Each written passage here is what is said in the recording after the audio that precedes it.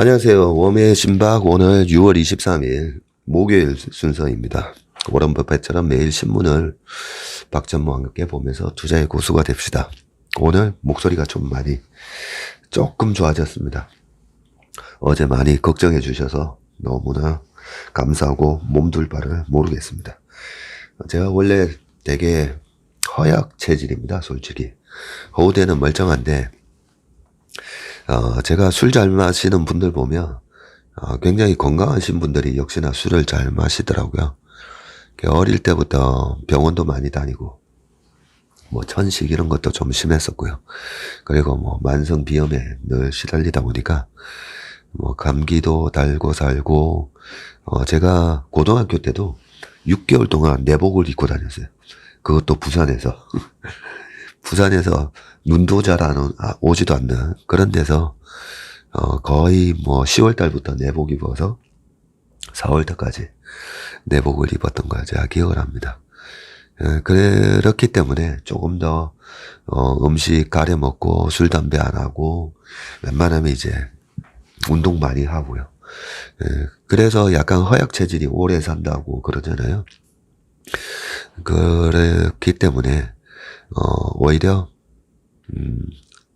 좀 음식이라든지 건강에 많이 신경을 쓰는데도 불구하고 좀 이렇게 스트레스 받거나 조금 최근에 이제 뭐 에어컨 바람이 막 떨어지니까 아마 냉방병에 좀 걸리고, 지난주 토요일 날 이제 투자 설명회를 준비하면서 새벽 2시까지 자료 만들고 뭐 3시간 자고 나와가지고 굉장히 강행군이었었습니다. 그래서 몸의 면역 체계가 딱 무너지니까 바로 이래 좀 목감기랑 콧물 감기가 온 것 같습니다. 그래도 간이 좀 생생하기 때문에 회복이 좀 빠른 편입니다. 하여튼 걱정해 주셔서 너무 감사하고요. 뭐 제가 감기 걸린 것보다 지금 시장이 거의 뭐 독감 수준이잖아요. 시장에 관한 뉴스들, 그리고 또 우리 소비 패턴의 변화, 이런 기사들 오늘 한번 읽어보겠습니다. 먼저 매일경제에서 이제 인플레, 긴축, 경기 침체, 삼중고에도 불구하고 구원투수 연기금도 돌았었다 라고 되어 있습니다. 월간 낙폭이 지금 금융위기 이후 최대이고요. 올해 들어서 증시 시총이 480조나 증발을 했다고 합니다. 외국인 팔자 행렬이 꺾이지 않고 5월달 저희가 여기 보시는 외국인 매도가 최근에 좀 많이 주는 듯 했다가 다시 이번 달 들어서 외국인 매도가 나오면서 시장이 밀렸는데, 어제도 보니까 이 외국인 매도가 뭐 JP 모건부터 시작해가지고 이런 것들이 이제 CFD 계좌, 제가 말씀드렸잖아요. CFD 계좌를 쓰는 그런 슈퍼개미들의 반대 매매가 또 어제는 속출했다고 봐집니다. 참고로 이제 지금 계속 신용이 틀리고 있는데요. 우리나라 코스피 시장 어제 종가 기준으로 신용이 이제 25조 최고치를 찍었다가 어제 종가로 19조, 한 6조가 틀렸습니다. 그 6조가 틀렸는데 최근에 9일 연속 신용 반대 매매가 나왔고요. 어제도 3,170억이 반대 매매가 나왔습니다. 19조 중에 10조가 코스피고 9조가 코스닥인데, 전체 시가 총액 비중으로 보면 0.88%고요. 신용잔고가. 거래소가 이제 10조인데 거래소 전체 시가총액에 대비해서는 0.55%고요. 코스닥이 시가총액이 한 300조 그 정도다 보니까 9조 정도 잔고가 전체 코스닥 시가총액에서 2.7%를 차지하고 있습니다. 참고로 코스닥 전체 시가총액이 지금은 330조 하고 있고요. 거래소의 전체 시가총액이 1800조, 그리고 코스피 200은 1620조 정도 그렇게 하고 있습니다. 요 기사를 조금 더 읽어보면요. 코스피가 이 정도 빠지면 이제 국민연금이 들어와서 좀 방어를 해줘야 되는데 뭐라고 돼 있느냐면 최근에 국민연금이 심의 의결한 2023년부터 2027년 국민연금 기금 운용 중기자산 배분안에 따르면 주식 비중을 내년 올해 말까지는 16.3% 그리고 내년에는 15.9%로 잡았다고 합니다. 지난 3월 말 기준으로 국내 주식 비중이 16.9%였거든요. 근데 점차적으로 좀 더 낮춘다는 거죠. 그런데 이 모수에 해당되는 국민연금의 전체 규모가 우리나라가 계속 앞으로 한 10년 동안에 한 1,500조까지 국민연금의 자산이 늘어나는 걸로 돼 있잖아요. 지금이 작년에까지 돈을 많이 벌어가지고 3년 동안에 한 200조 벌면서 제 기억으로는 국민연금이 지금 거의 1,000조 가까이 되는 걸로 알고 있거든요. 최근에 이제 채권도 빠지고 주식도 빠졌으니까 대체 쪽도 소폭 빠졌을 거고요. 그러면 이제 전체 한 900조 된다고 보았을 때 16% 그러면 9회라고 6, 9, 50조 해서 140조 국내 시장에서 140조 150조 그 모수가 계속 커지기 때문에 이렇게 16.3% 15.9%로 낮춰 잡았다고 해서 주식이 순매도가 되는 건 아닐 겁니다. 근데 좀 아쉽죠. 국내 주식의 비중을 15.9% 계속 줄여나간다라는 게 여러 가지 이유가 있긴 했었지만 우리나라 기업에 대한 좀 자신감이 없는 거 아닌가. 그런 면에서 이 국민연금이 여러 가지 좀 역할을 해줘야 됩니다. 국내 주식의 비중도 늘리고 국내 기업들에 대해서 주주 환원에 대한 부분은 우리 개인들이 어떻게 하겠습니까? 국민연금이 이제 웬만한 기업들 1대 주주가 1대나 2대 주주가 되면서 국민연금이 좀 기업들한테 주주 환원을 요청을 해야 되죠.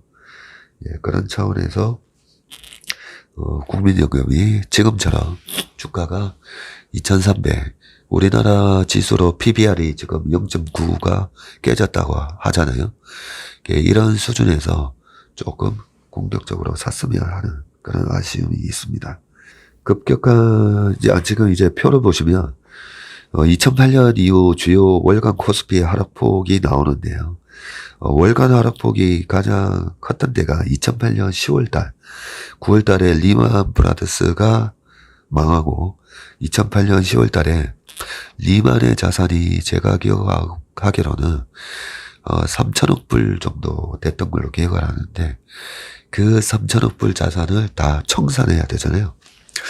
점포 정리 세일을 해야 되다 보니까 리만이 가지고 있는 채권부터 주식, 부동산 이런 거 이제 다 그냥 청산을 해야 됩니다. 그것 때문에 2008년 10월 달에 우리나라 지수도 23% 빠졌고요. 그 이후로는 보면 코로나 때가 3월 달에 더 폭락하지 않았나 라고 생각을 할 수가 있잖아요. 근데 여기 표 보시면 2020년 3월 달에 11.69% 빠졌고요. 2011년 8월 달이 요때가 미국 신용등급 강등했을 때 요때가 11.86% 빠지면서 지금 이번 달에 12.77 빠졌는데 그때보다도 더 빠져있는 상황입니다. 그런데 요 6월달 지수가 어제까지죠. 3월달 2020년 3월달에 제가 기억하기로는 코스피가 3월달에 25% 이상 빠졌었어요. 27.56 빠졌었네요. 1439를 가면서 특히나 월 초에는 2089까지 가면서 플러스 5%를 기록하다가 1439를 빠졌으니까 실질적으로 35% 가까이 빠졌었던 거였죠. 그리고 3월 말에 1754로 끝나면서 마이너스 11.69로 마감을 했었네요. 이런 거 감안하면 월 중에도 과도하게 빠졌다라고 생각하면 다시 월 평균의 수익률로 회귀를 하는 그런 성향이 있기 때문에 이번 달에도 월말로 가면서 다음 주에는 좀 가파르게 반등을 해서 플러스 5% 안짝으로 좀 끝났으면 좋겠습니다. 그 다음 국민일보에서 나온 기사고 팔로가 막힌 러시아 원유 쓸어 담은 중국과 인도 싼값에 사서 대박잔치 났다고 합니다. 서방 제재로 유럽으로 가는 러시아산 석유의 수출길이 막혔지만 러시아가 원유 가격을 할인하자 중국과 인도가 대량 사들이면서 세 나라가 큰 이득을 보고 있다. 얼마 전에 그 IPEF 해가지고 인도 퍼시픽 이코노믹 프레임 그랬을 때 저는 인도랑 이제 사이가 좋아지구나 그렇게 생각했었잖아요. 근데 그 전에 이제 인도가 핵 때문인지 미국의 이제 제재를 좀 받다 보니까 인도가 이번에는 또 독자적으로 서방의 제재에도 불구하고 그냥 러시아산 원유를 저렇게 매수를 많이 했었네요. 금수 조치로 인해서 지난 3월에서 5월 유럽으로 공급되는 원유가 하루에 55만 4천 배를 감소를 했는데 반면에 아시아 판매량은 하루에 50만 3천 배를 증가해서 수출 감소 분량의 빈자리를 채우는 수준으로 대러 제재 효과를 반감시키고 있다. 아시아 국가 중 원유를 대량으로 사들인 국가는 중국과 인도다. 중국의 지난달 러시아산 원유 수입 양은 4월 대비해서 28% 증가해서 사상 최고치를 경신했다고 뉴욕타임스가 전했고요. 러시아가 중국의 원유 최대 수입국인 사우디아라비아의 자리를 차지한 것이다 라고 되어 있습니다. 인도는 지난달 러시아로부터 84만 1000배럴을 사들였으며 이는 지난해 평균의 8배에 달하는 물량이다. 인도는 이달에만 하루 평균 100만 배럴의 러시아 원유를 사들이고 있다라고 합니다. 도대체 얼마나 싼지 나오네요. 러시아산 원유인 우랄유는 영국의 그 브렌트유보다 배럴당 최대 37달러 저렴한 가격에 거래되고 있다고 합니다. 야, 인도로서는 자국 에너지 수요 충당은 물론 통화 가치를 지키는 등의 거시 경제적 효과를 누리는 것으로 분석된다라고 하고요.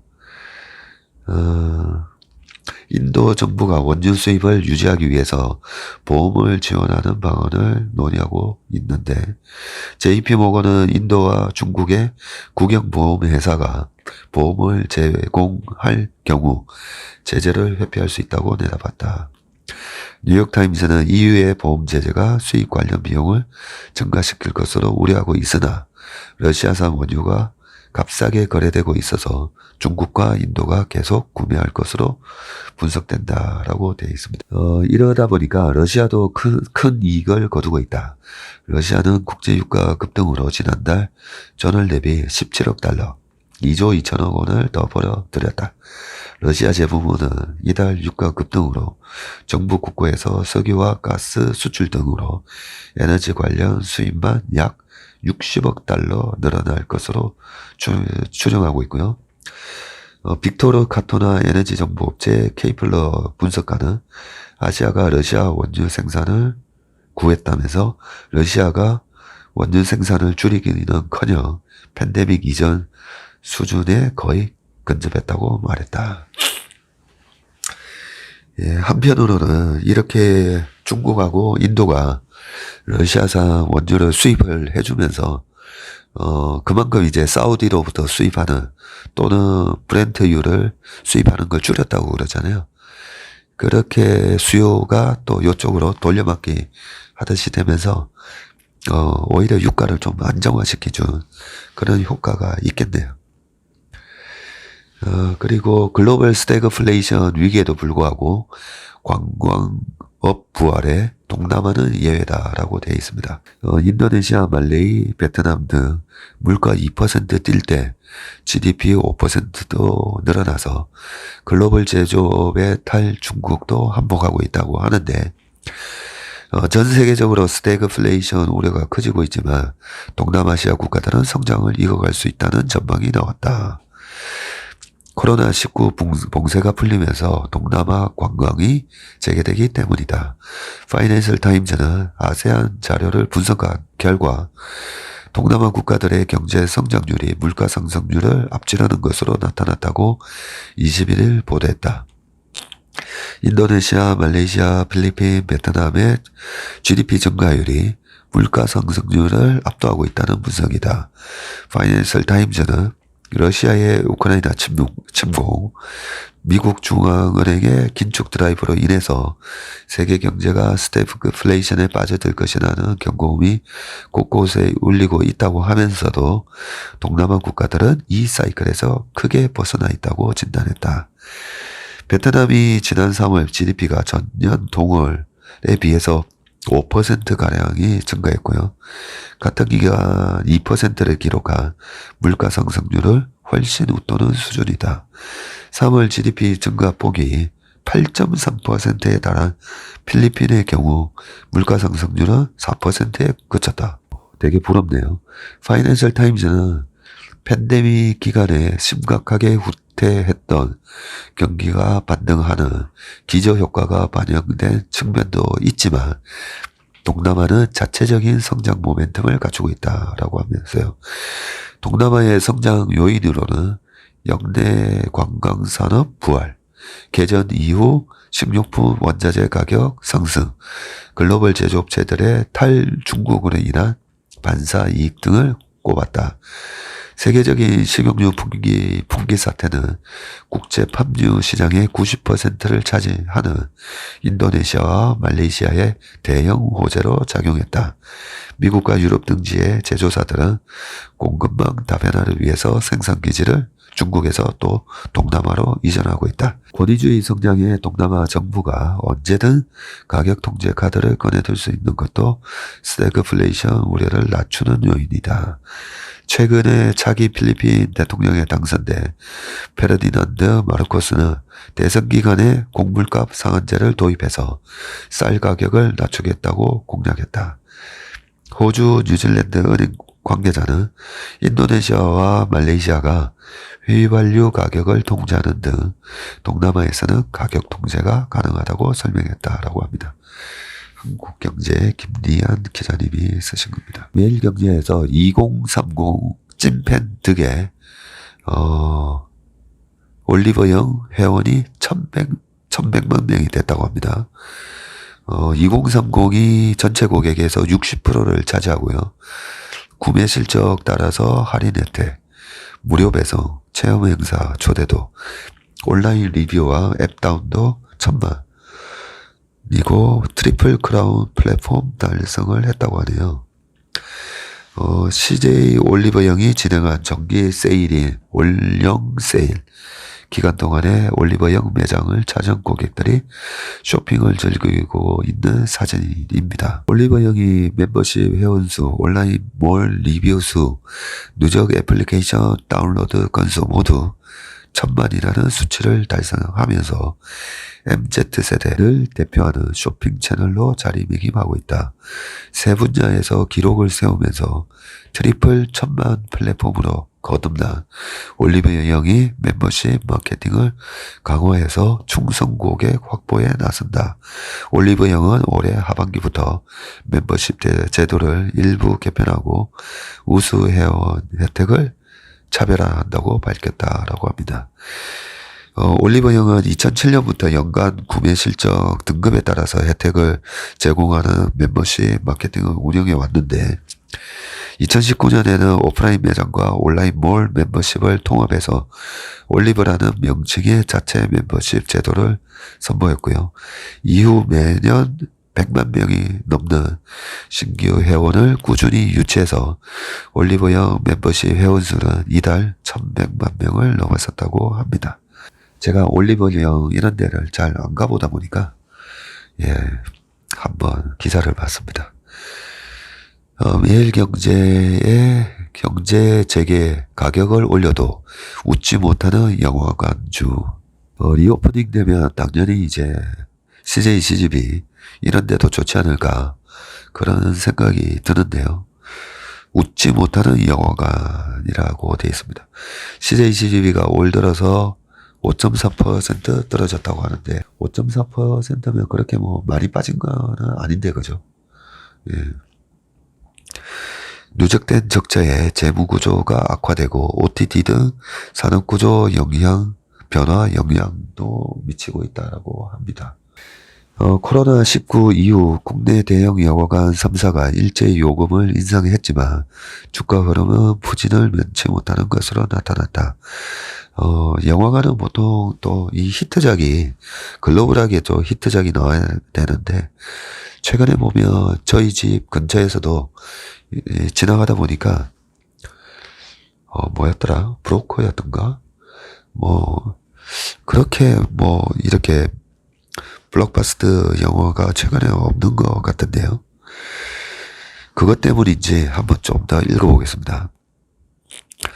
누적된 적자로 여전히 재무구조가 좋지 않고 가격 인상으로 오히려 관객수가 줄 수 있다는 우려가 반영된 것으로 보인다.